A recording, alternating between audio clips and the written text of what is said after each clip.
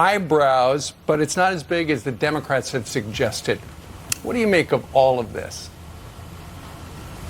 Well, look, I think in the long run, historians will think that this is the theater of the absurd.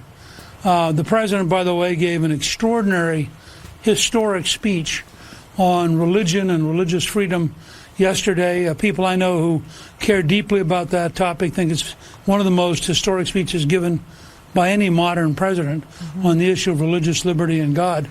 And yet he's surrounded basically by a Democratic Party which has lost its mind. Nancy Pelosi, think about what you're watching. This is the infantile stage of liberalism, which was also matched yesterday by a 16-year-old addressing the United Nations as though she knew something.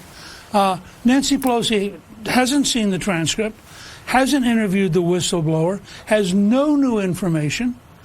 And furthermore, when she starts an investigation into Ukraine, the person that's going to get clobbered is Joe Biden.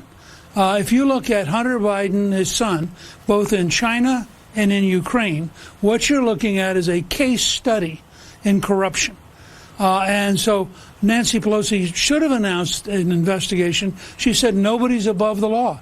Well, does that include the front runner in her own party? Because if you look at what's happened, notice what the argument is.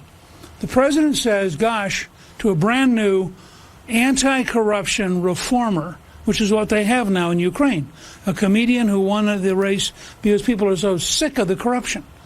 And the president says, you know, this was all being handled by the corrupt system you just beat. Why don't you check and see what happened? Now, he didn't say go make something up, but in fact, is it true that Hunter Biden's company was engaged in corrupt behavior? Is it true, for example, in China, that there's a whole weird pattern of billions of dollars happens to go to the vice president's son, who has zero skill at what he's getting? I mean, if his name had been Hunter Smith, he would have gotten no money at all.